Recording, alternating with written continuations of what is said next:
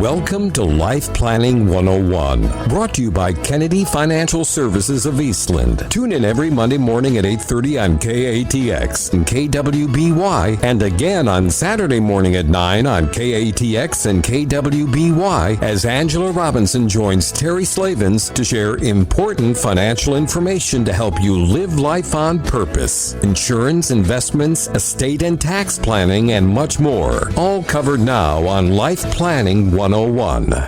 Good morning. Happy Tuesday morning. Happy Tuesday morning after Memorial Day, right? I hope everyone had a wonderful Memorial Day. This is Angela Robinson with Kennedy Financial Services. We have a great show, as always, and I'm really excited to be back on the show. We've been missing you. Yeah, I mean, it's still, you've left us in good company. But I have left you in good company, but I understand that my husband's been getting comments about it, so it's nice to be back on. And apparently, I have some support people in my life, so I appreciate all of you very much. But no, I know you've been in great hands, and there's been some wonderful topics and guest speakers while I've been out. And, I think that just goes to show the vast variety of things that we do. People, it's funny, my dad, started in banking and he ended up in insurance, and he was in insurance forever. Mm-hmm. And so some people think that's all we do is insurance, and it's the least of what we do, which is nuts. What's crazy though is because like Kennedy Financial Services, I've always heard it, I've always known it, because we grew up together and I'm from here and stuff. But it wasn't really until I started working here and started listening to y'all's show, I didn't know y'all did insurance. That's funny. I thought it was just strictly financial planning. Right. So that's what I'm saying. Yeah. Is it depends on what part or think right. and exactly. Yeah. And I think it goes to show there's really nobody out there that does what we do. Mm-hmm. And the reason they don't is it's difficult. It's impossible to be an expert in every area. And we have 1, 2, 3, 4, 5 advisors now, and even with that, we aren't calling ourselves experts in every area. We know enough to be able to help people be holistic in their planning and pull all of it together. So anything to do with money, we're looking at it, and it doesn't matter what it is, and especially for the business owner, that's very vast. And you've been able to see that with the guest speakers that we've had in the past. And I think today's topic is definitely no stranger to that theme, because here is a topic that this came from a story that we had back in 1999, and this is when my brother had just joined Kennedy Financial Services, and we had a gentleman that was a client, and he had found out he was terminal with cancer, and he wasn't married. And so he brought in his 2 boys, and he sat them down, and he said, okay, boys, you guys are each going to inherit about $1 million. And if you will leave this here, and the 2 boys were in their mid-30s at the time, maybe one was in his early 40s, and if you leave this here and you let it grow, you try to live without it, keep on keeping on. In other words, kind of forget about it for a little bit. Right. Yeah. Because neither one of them were entrepreneurs or, nothing that they're going to go out and start another business with it. Right. Yeah. And if you just leave it here, then you're going to be in really great shape, and you're going to have a nest egg for retirement, and things are going to be set up really, really nice for you. Right. Mm-hmm. And fast forward 6 months, he passed. Right. Mm-hmm. And I don't even think he was cold in his grave. The 2 boys showed up at the office. Guess what they wanted? The money. Yeah. One says, well, my wife's going to start up this business. Mm-hmm. It goes on and on and on about it. Yep. And the other says, well, I've got all this debt that I need to pay off. We want to remodel the home, and we really need to trade in our vehicle, and just have this laundry list of things. Yeah.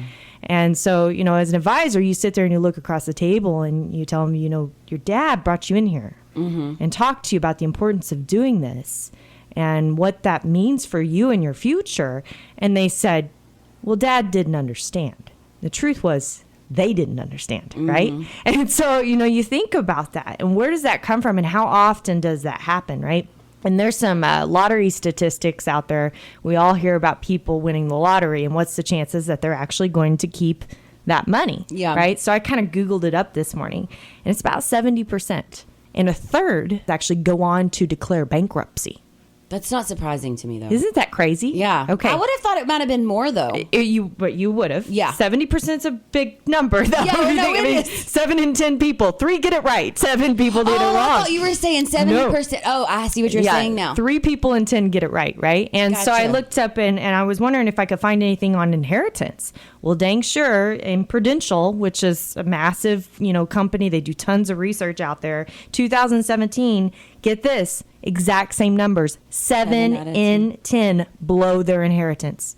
Though, it in a way, it's horrible to say, and I don't mean to sound insensitive, because of course, whenever you come into an inheritance, it means the passing of someone, but it's not surprising to me that the numbers are the same, because it is kind of like, It you're is just the trucking same. along, and then it's like, oh, whoa, $400,000 or whatever. It's a windfall. I mean, it's right? lottery kind of mentality, I would think. It's like all of a sudden a massive sum of money that you never really were guaranteed. That's exactly right. And I think, you go back and this is what's really interesting to me. In fact, this is what kind of spawned me write this article this time. So I was at Omaha the weekend Warren Buffett had his big investors meeting, right? Mm-hmm. And I learned a lot about Warren Buffett. It was really cool. He's just a phenomenal, not normal human being. Yeah. But we always talk about him being the greatest investor of all time, because he's made so much money in the markets over time. But there's a lot more wisdom behind Warren Buffett than just investing.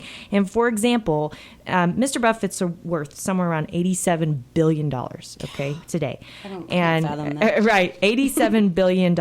And this is the surprising fact. His children are grown, but they're set to inherit. You ready for this? Would you even take a guess? How much do you think he'd want them to inherit a piece? How many does he have? That's a good question. I don't remember. I think it was 2 or 3. 2 or 3. I mean, I'm going to say like 87 billion. I was looking for like 50 million, but I'm like, well, that's chump change, compared to, I don't know, like 5 billion. Because you figure he's going to want to give and start. Right. You ready for this? 2.5 million. Oh, what's he doing with the rest of it? Right. Million. I said million, not billion. Okay. So I was like, why? Does he hate his kids? Yeah. What's going on? Here's a man that's worth billions of dollars. Well, he did an interview back in 1986, I found in Fortune magazine. It's phenomenal. You should totally read this interview with Warren Buffett, 1986, Fortune magazine. And I want to read you a few of his liners in here. The first said, "My kids are going to carve out their own place in this world. And they'll know I'm for them for whatever they want to do." And he goes on to say, "A lifetime supply of food stamps just because you came out of the right womb can be harmful for you. And it is an antisocial act." And last but not least, he says, "I want to give my kids enough money so that they would be able to feel they could do anything, but not so much money that they could do nothing." Yeah. So Wow. it becomes stagnant. Those are powerful words if you really think about it, right? And that was in 1986. This was in 1986. And, this isn't something you expect to hear from a billionaire, or at least I wouldn't, right? I wouldn't now, either, obviously, I don't work with many billionaires, but, I wouldn't expect to think it's something I would expect to hear from someone like you or me. Mm-hmm. Is that I would want to leave my kids enough to do something, but not enough to do nothing, Yeah. right? Because we understand that value of that dollar, but you got to go back in Mr. Buffett's history and his own lifetime to understand that too. He's a self-made man. He had Billionaire. nothing, right? Yeah. He grew up shelling off newspapers on a bicycle, Yeah. right? And he understands that value of that dollar. And, I think we all want the best for our children, but we want them to be better than us. I haven't met a parent yet that doesn't say that I don't want my kids to have it better than I had it or be better than I have it. But having it better than I have it, does that really mean just giving them more? Or does that mean I'm helping them be more successful than what I've been, right? And how do you do that, right? So that they can have their own purpose in life. Isn't that what life's all about? Isn't that what we're all seeking? Everybody says, what's my purpose? Why am I here? What am I doing, right? And so do you want your kids just squandering money and flying by the seat of their pants to wake up at 70 years old and figure out they never have found their purpose because they had money? No, none of us want that, right? So how much is enough that they can do anything, but not so much that they will do nothing? Right here on Life Planning 101 when we come back. Stay tuned, KATX and KWBY. And welcome back in. It's Life Planning 101 on KATX, KWBY. Angela Robinson in the house. Yes, and we are talking all things Life Planning 101. And today in particular, how much should I leave my kids? There it is. Bam. There it is. We're going to drop Bam. some knowledge on you. Yeah, and we've got a Twitter poll. Will your children be a good steward of their inheritance? And if it's just because it's your children and they would never do that, think again with the statistics we told you in the first part of the show, right? It's an anonymous poll, okay? It's anonymous your kids poll, won't see. Yeah. 7 in 10 will blow their inheritance, just like the 7 in 10 lottery winners that blow their lottery, right? And, it reminds me of a story about a guy that, met this woman, beautiful woman, and he said, was trying to lure her in, and his dad was on his deathbed, and he said, my dad is dying, and pretty soon I'm going to be very, very wealthy, and, I think you should consider me in life for your life partner, right? And she said, well, thank you. And she walks off, and he never hears from him again until he shows up at his dad's house, and all of a sudden it's his new stepmother, right? So she was smarter than he is, but it just goes to show you how smart can kids be when they get this big chunk of money. Their head kind of goes in, going to spin in a tailspin. So, and a lot of people say, my kids aren't going to inherit a big chunk of money. Well, I found a very interesting statistic out there, okay? So in the next 25 years, okay, so picture this, 25 years, $68 trillion is going to pass to the next generation in charity. 68 trillion. I can't fathom that number. I've been trying to get to the commas in my head. Yeah, trillion doesn't work for me. So I did some math here. I thought, okay, how many households is that? Well, it's 45 million American households will transfer their wealth, okay? So if you actually calculate 68 trillion divided by 45 million households, that's each household's transferring a little over $1.5 million to the next generation. Think about that. Okay. And that's really on the upside. On average, that's not what's going to No, it's not going to happen. You're either going to be poverty, right? Or transfer a heck of a lot more than $1.5 million. So those numbers aren't real. But what I want you to think about is a kid that's never even saved up a $1.5 million. And all of a sudden they have $1.5 million to their name. At like 40 years old, probably. Right. Okay. And let's even think about it this way. Remember how much Buffett was going to give to his kids? $2.5 million each. So your kids, are they ready to inherit almost as much as Buffett's kids? Think about that. Probably not. Probably not. Yeah. You're picking up what I'm laying down. Harder. You're picking up what I'm laying down. One of the things is, I think, and we get this all the time. I hear this a lot. Well, when I'm dead, I'm dead. I'll be gone. It doesn't matter anymore. It doesn't matter. My kids are going to do what my kids are going to do with it. We get all these things. And I think as time goes on, as parents, we have a few things happen. Number one, we start to think, I could have, I would have, I should have. And we wonder how our kids might have turned out differently. My dad, and I talk about this on the show all the time, he says all his children are dysfunctional, right? And he loves to say it in front of myself and my brother. And it's true, though. We're all dysfunctional in one way or another. And a lot of people are dysfunctional when it comes to being a steward of their money. They just are. I would say Americans as a whole are dysfunctional when it comes to being a steward of their money.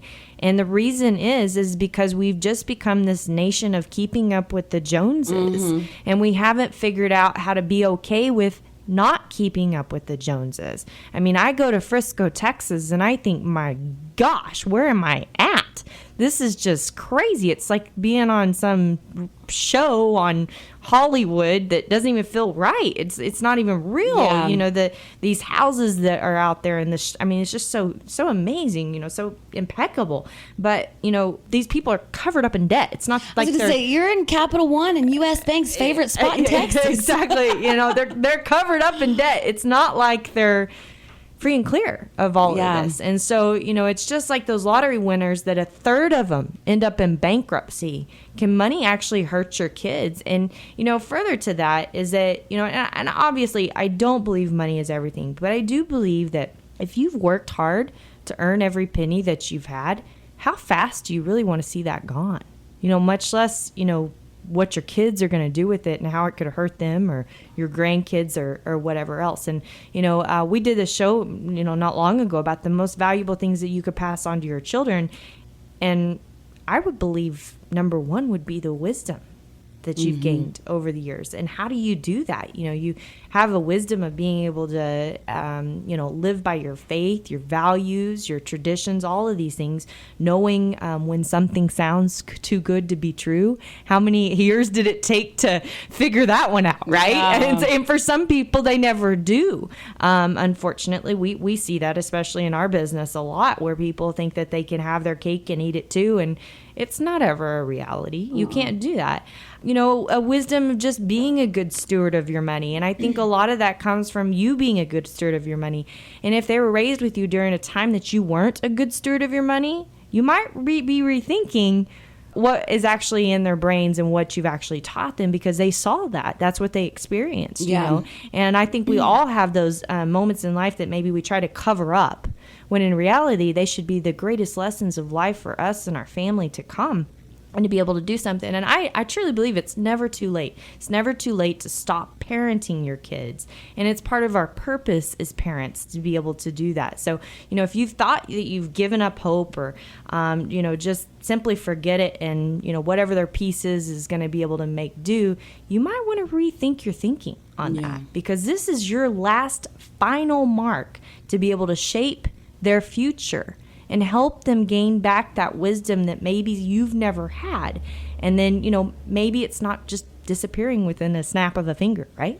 So when we come back, there's a great question at hand, right? And we're all wanting to know it, is how much is enough that they can do anything, but not so much that they can't do nothing? And how do you do that? Right here on Life Planning 101. Oh, welcome back in. It's Life Planning 101, and we are getting it this morning. Yes, and we are talking, how much should I leave to my kids? And we were talking about, you know, Warren Buffett's infamous story around this, about, you know, a man that's worth $87 billion that is giving his kids $2.5 million each, right? And why? And bottom line is, he says he wants to give them enough money that they feel they could do anything, but not enough that they could do nothing, right? And to prove in point, we had a client several years ago that passed, and he was a business owner, and he'd done a great job. He had a chunk of money, and he had everything equal for his two boys. And you think about equal, right? We always think about, I want it equal. I want it, you know, fair. Fair, yeah. Right? I want it fair. And sometimes fair isn't equal, but, in this case, to him, it was. And so he was going to leave one boy that had been working in the business with him, made sense, the business, right? And we had actually encouraged that, because we said, you know, do you really want the one that's not working in the business as a stock owner, and then that brother has to put up with them, and you could have bad family relationships, right? And then the other one got the chunk of money, which was the actual value when he died. We had the business appraised. It was the actual value of the business. And he got a big chunk of money for that same amount. And then the inheritance was split. Everybody seemed happy, good to go. Fast forward 3 years. The brother that received the chunk of money spent it. 7 out of 10. Every bit of it gone. The brother that has the business, guess what he's done with it? Thriving, right? Growing, doing awesome. So resentment was inevitable. It was going to happen, because he said, well, I need a piece of that. And he's like, hello, you spent your piece, right? And, you know, we don't think about this. And this is two boys that he felt, you know, they were in their mid-40s, responsible. They're in their mid-40s. Isn't that funny? When you develop up a will, if you think about it, what an attorney said, when do you want your kids to have full access to that money? How old is old enough? Yeah. Right? And you talked about we've talked about kids in their mid-30s, early 40s, mid-40s on the show today. We've had clients that said, I don't want to leave my kids that are in their 60s anything, well, right? It's not about an age. It's about are they able to be a good steward of that money and understand what they really have, right? And what it's really valued at. And, you know, that's a lot of truth about it. So, you know, what is that amount of money, or how do you assess it? And we actually have a theory behind this, and this is just coming from 30 plus years of experience, right? And stories and things that we've seen. Okay, As I said, this is just coming from 30. just coming from it. Yeah, okay. A little bit of a so it is a theory. It's a hypothesis. It has not been proved, but yeah, I feel like there's quite a bit of evidence. Yeah, there's quite a bit of evidence, right? So if someone inherits a chunk of money that is the same amount or less than the money that they've actually earned and saved over their own lifetime, they're most likely going to be able to make the most of that inheritance. because they understand the value of that dollar, right?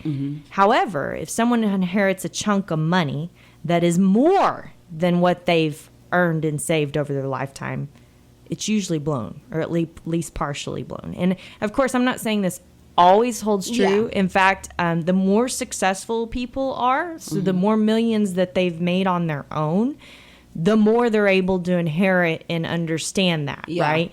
But the less. So you have somebody that hasn't saved $100,000 in their 401k and they inherit 500 grand. You're going to probably bet that 400,000 of it's gone. And I mean, we've seen, this is no joke. We've seen attorneys do it. We've seen people in the financial world do it. We've seen doctors do it. We've seen, I mean, it doesn't matter. And these are like professionals that 40s and 50s and, you know, they got it going on, but oh man, they had to have that remodel in the backyard. And oh man, they had to pay off this. And oh gosh, we've been wanting that Ruidosa second home for quite a while. And, you know, I mean, all of these things come into play and you never know, but this is a good rule of thumb. So I want you to think about your picture and I want you to think about your kids' picture and don't forget how successful they are. I know you're proud of them. I know we're all proud of our kids, right? Forget how successful they are. How have they been a steward of their money? That's the biggest question. So, you know, it's just barely basic sensibility here, you know, if you'll actually take it to heart. So how do you do it? How do you actually help them not inherit a chunk of money, but inherit money and to be successful?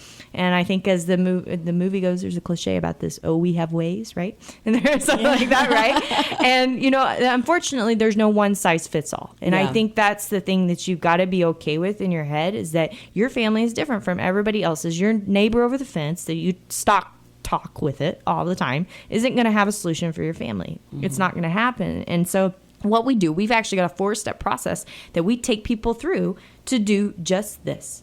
We help them figure out how much is too much to leave to my kids. And then if that's too much, what can I do to help them be a good steward of that money and help make the most of it, right? Because as Warren Buffett put it, you know, if you don't want it to disappear, you don't want it to become nothing. You don't want them to become nothing, right? So how do you help them?